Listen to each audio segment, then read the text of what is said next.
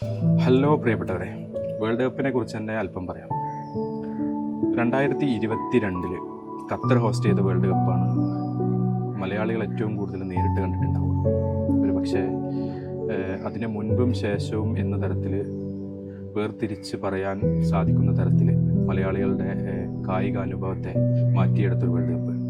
അന്നവിടെ റെസിഡൻസികളായി ഇരിക്കാൻ സാധിച്ച, ആ രാജ്യത്ത് തുടരാൻ സാധിച്ച ആളുകൾ ഭാഗ്യവാന്മാരായിട്ട് കാണുന്നുണ്ട്. അതിൽ തന്നെ ഏറ്റവും ഭാഗ്യം ചെയ്തവർ അർജൻറ്റീന ഫുട്ബോൾ ഫാൻസുകളായിട്ടുള്ള മലയാളികളായിരിക്കും. അതിന് കാരണം കൺമുന്നിലൊരു ലോക കായിക മാമാങ്കത്തെ നേരിട്ട് കാണാൻ സാധിച്ചു എന്നുള്ളത് മാത്രമല്ല, ഞങ്ങൾ ആരാധിക്കുന്ന ഇഷ്ട ടീം ഒരുപാട് കാലത്തെ കാത്തിരിപ്പിന് ശേഷം ആ കിരീടം സ്വന്തമാക്കുന്നത് നേരിട്ട് കാണാനും അതിൻ്റെ ആഘോഷത്തിൽ നേരിട്ട് പങ്കെടുക്കാനും സാധിച്ചവരാണ്. ഒരു പക്ഷേ വേൾഡ് കപ്പ് എന്ന അനുഭവത്തെ എത്രമേൽ ഓർമ്മകൾ തുടിക്കുന്ന ഒരു സംഭവബഹുലമാക്കി മാറ്റിയ ഒരു കാലം അതായിരിക്കും. മറ്റൊരു വേൾഡ് കപ്പിൻ്റെ സമയത്താണ് നമ്മളിപ്പോൾ. വീണ്ടും ഒരു ഫൈനലിന് വേദി ഒരുങ്ങുകയാണ്. അർജൻറ്റീനയും സ്പെയിനും മുഖാമുഖം ഏറ്റുമുട്ടുകയാണ്. 2 പകലുകൾ മാത്രമാണ് ഇനി ശേഷിക്കുന്നത്.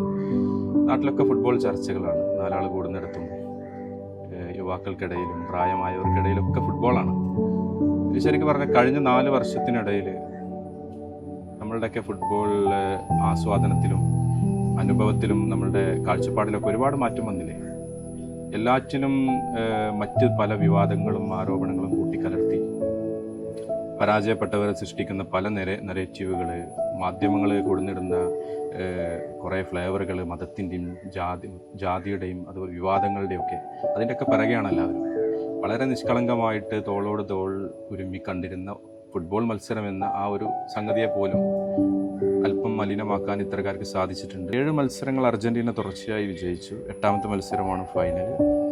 7 മത്സരങ്ങളിലും എല്ലാ ദിവസവും അർജൻറ്റീന മത്സരിക്കുന്നതിന് തൊട്ട് മുമ്പായിട്ട് സംഘടിച്ചെത്തി പടക്കവും ആഘോഷത്തിനുള്ള, അർജൻറ്റീന പരാജയപ്പെടുന്നത് പ്രതീക്ഷിച്ച് പടക്കവും അതുപോലെ തന്നെ അതിൻ്റെ ആഘോഷങ്ങൾക്കുള്ള എല്ലാ സംഗതികളും തയ്യാറാക്കി വെച്ചവർ ഒടുവിൽ കനത്ത നിരാശയിലാണ് മടങ്ങിപ്പോകുന്നത് നമ്മൾ കാണാറ്. ഈ നിരാശയിൽ നിന്നാണ് ഇത്തരത്തിലുള്ള കഥകളും പ്രശ്നങ്ങളൊക്കെ ഉടലെടുക്കുന്നത്. പക്ഷേ ഫൈനൽ അർജൻറ്റീനയും സ്പെയിനും തമ്മിൽ അത്രത്തോളം വലിയ വൈര്യത്തിൻ്റെ കഥകളോ പാരമ്പര്യമായ ശത്രുക്കളോ ഒന്നുമല്ല. ഈ 2 ടീമുകൾക്കിടയിൽ വളരെ സൗഹാർദ്ദമുണ്ട്. ഒരേ ഭാഷ സംസാരിക്കുന്ന നാടുകൾ, പ്രത്യേകിച്ച് ലയണൽ മെസ്സി കളിച്ച് വളർന്ന നാട്. നമുക്കറിയാം ബാർസലോണയുമായിട്ടുള്ള മെസ്സിയുടെ ബന്ധം. അർജൻറ്റീനയുടെ ഒട്ടുമിക്ക താരങ്ങൾക്കും അത്തരം ബന്ധങ്ങളുണ്ട്.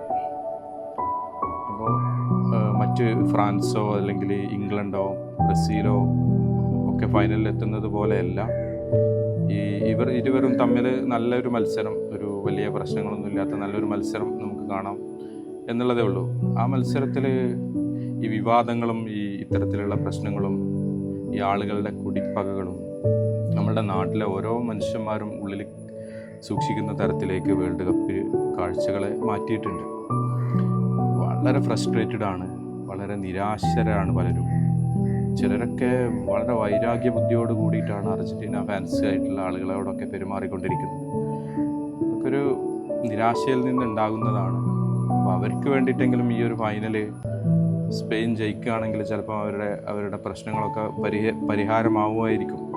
ഞാൻ മനസ്സിലാക്കുന്നത് അർജൻറ്റീന എല്ലാ മത്സരങ്ങളിലും കൂടിക്കൂടി വിജയിച്ച് വരുന്നത് ഒരു പക്ഷേ ഇത്തരക്കാരുടെ ഈ കാത്തിരിക്കുന്നവരുടെ വല്ലാത്ത ഈ ഒരു പകയും വിദ്വേഷവും പിന്നെ ഉള്ളിലെ വെറുപ്പും ഒക്കെ ഒരു പരിധി വിട്ട് പോകുന്നതിൻ്റെ, ഒരു സ്പോർട്സ്മാൻ സ്പിരിറ്റിനെ മറികടന്ന് പോകുന്നതിൻ്റെ കൂടി പ്രതിഫലനമായിട്ടായിരിക്കും. എങ്കിൽ പിന്നെ അവരൊന്ന് ജയിച്ച് കളയാമെന്ന് ആ ഒരു വിധി അങ്ങനെ നിർണ്ണയിക്കുന്നതാവാം എന്നൊക്കെ പലപ്പോഴും തോന്നാറുണ്ട്. ഞാൻ ഈ ആളുകൾക്കൊക്കെ എന്തിൻ്റെ കേടാണ്? ഇവർ പറയുന്ന വിമർശനങ്ങളിലൊക്കെ ഒരു ഫോക്കസ് പോലും ഇല്ല. പലരും പല അഭിപ്രായങ്ങളാണ് പറയുന്നത്. ചിലരൊക്കെ വളരെ നിരാശരായിട്ട് വേറെ എന്തൊക്കെയോ പൊളിറ്റിക്സും പിന്നെ ഫോക്ലാൻഡിൻ്റെ ചരിത്രം 196 വർഷത്തെ പഴക്കമുണ്ട്. മൾവിനാസ് ദ്വീപുകളുടെ ഫോക്ലാൻഡ് എന്നൊക്കെ ബ്രിട്ടീഷുകാർ വിളിക്കുന്ന, മൾവിനാസ് എന്ന് അർജൻറ്റീനക്കാർ വിളിക്കുന്ന ദ്വീപുകളുടെ ഒക്കെ കാര്യത്തിന് അതൊക്കെ ഇവിടെ ഇപ്പോൾ വാർത്തയാക്കി കൊണ്ടുവന്ന് ചർച്ചയാകുന്നത്. അതിൻ്റെ ഇടയിൽ നടന്ന എത്രയോ കളികളിൽ ഇവരൊക്കെ അർജൻറ്റീന ഫുട്ബോളിനെ ഇഷ്ടപ്പെട്ടിട്ടുണ്ട്, മറഡോണയെ ഇഷ്ടപ്പെട്ടിട്ടുണ്ട്, പിൽക്കാലത്ത് വന്ന പലരെയും കളികളൊക്കെ ആസ്വദിച്ചിട്ടുണ്ട്. ഇപ്പോൾ ഇതൊക്കെ എടുത്തുകൊണ്ട് വന്ന് വളരെ ചർച്ചയാക്കുന്നത് എന്തിനാണെന്ന് പലപ്പോഴും തോന്നുന്നുണ്ട്. ഇസ്രായേൽ പലസ്തീൻ കോൺഫ്ലിക്റ്റ് ഒക്കെ 76 വർഷത്തെ പഴക്കമുണ്ട്. അതിപ്പോൾ എന്തിനാണ് ഈ ഫുട്ബോളിലേക്ക് കൊണ്ടുവരുന്നത് എന്ന് മനസ്സിലാവുന്നില്ല. അല്ലെങ്കിൽ തന്നെ ഓരോ രാജ്യത്തിൻ്റെ ഇത്തരം സംഗതികളിലേക്കൊക്കെ കടന്നു ചെന്നാൽ ഏത് കായിക ഇനത്തെ ആണ് നമുക്ക് ഉൾക്കൊള്ളാൻ കഴിയുക?